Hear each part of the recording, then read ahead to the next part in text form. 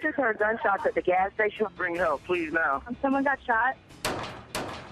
It was coming from over by the gas station, and then a red, it looked like a Dodge Durango. It was like pop, pop, pop, pop, pop. I'd never been so scared in my life. That's when I reached in my glove box, unholstered my pistol. Yeah, it was about 9 shots. Just hear the heavy bass. But it really wasn't an issue of loud music. It was an issue of them threatening my life. The deadly chance encounter at a gas station ended with Dunn firing 10 rounds at the victim and his friends. 3 bullets hit Jordan Davis, killing him. We've heard the panicked 911 calls from witnesses, but today, for the very first time, we saw and heard the chaos inside the gas station, the convenience store, as bullets flew just steps away. It was like pop, pop, pop, pop, pop, and then it stopped for a second, and you heard pop, pop, pop, pop, pop, pop, pop. You're going to hear bang, bang, bang, bang, bang, bang, bang. Not quick.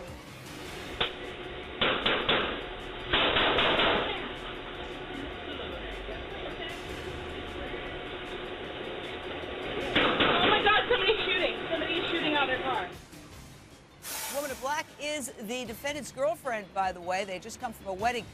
Minutes before the deadly shots rang out, Michael Dunn, a software developer, asked Jordan Davis and his friends to turn down what he called very loud music. That didn't sit well with the young victim, who, according to the prosecutor, started yelling and cursing at the defendant. Now, according to a witness, Dunn yelled back and then went right for his gun in the glove box. Can you use your voice to try to convey to the jury the volume of that person's voice? You're not going to talk to me that way. Just show them to the best of your ability how he fired the gun towards the Durango.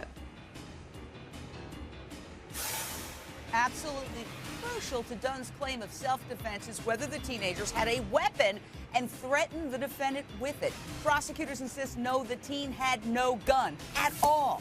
But today, in his opening statements, Dunn's defense attorney claimed Jordan and his friends were armed.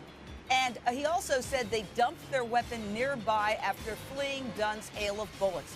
The defense charges this mystery weapon was never found because cops took days to look for it. And we begin with former prosecutor Lonnie Coombs, Michael Dunn's defense attorney, aggressively using 2 classic techniques. Accuse the victim of being the aggressor and claim the cops bungled and manipulated the investigation. Is it enough to create reasonable doubt?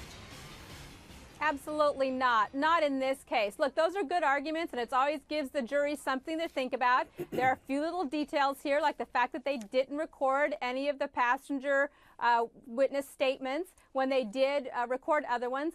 But when it comes down to this case and the evidence, where is the gun that made him so in fear for his life that he had to shoot at that car filled with people 10 times? That's what the jury's going to keep looking at. And if they forgot to record something, or even if they intentionally didn't record something, that's not going to change the evidence that the jury's going to really focus on. And that is, why did he have to fire 10 times when there was supposedly a gun in the other car, and that car never fired a bullet out of that alleged gun? Brian Claypool, criminal defense attorney. Hey, Jane, I'm afraid this might be the Fiasco in Florida sequel, number 2. In opening statement, the prosecutor admits that Jordan Davis was cursing with Mr. Dunn and that he was disrespectful toward Mr. Dunn. Not a smart move in opening statement, because Mr. Dunn needs to establish that he was threatened. If this jury can believe that Mr. Dunn had been threatened, that his life was threatened, then even if Jordan Davis didn't point an actual gun at Mr. Dunn, he could possibly get a hung jury on this case, because the standard is objectively reasonable. In other words, just because Jordan Davis didn't have a gun, if Dunn thought it was a gun and he's pointing something toward him, you're mixing a whole bunch of apples shoot. and oranges. Rolanda Watts, host of Sundays with Rolanda on Blog Talk Radio, mouthing off to somebody isn't the same thing as threatening somebody's life. Those are 2 different things. Look, come on, he's a kid. Of course he's going to jaw jack with a guy who tells him to turn down his music. The issue is you cannot go around killing people in the United States and of America because of what you think they might do. He thought, what was it that proved that his life was in danger? That's going to be the real crux of this. Also, his whole attitude after the shooting. How do you blow 10 shots, go home, walk your dog, order a pizza, watch a movie, that's 40 miles away, then drive another 130 miles away home the next day without calling one law enforcement officer? I mean, I don't, this, and let me point out, this isn't just a race thing. There are more than 60% of the people who listen to hip-hop music in this country are non-black people. So this is an issue that if you know anybody who plays loud music, you need to be concerned today. Is your child next? And I don't care what color you are. That's the question to ask here. I want to give Brian Claypool a chance to respond to that because we've got so much to go through, so many controversies. Go ahead.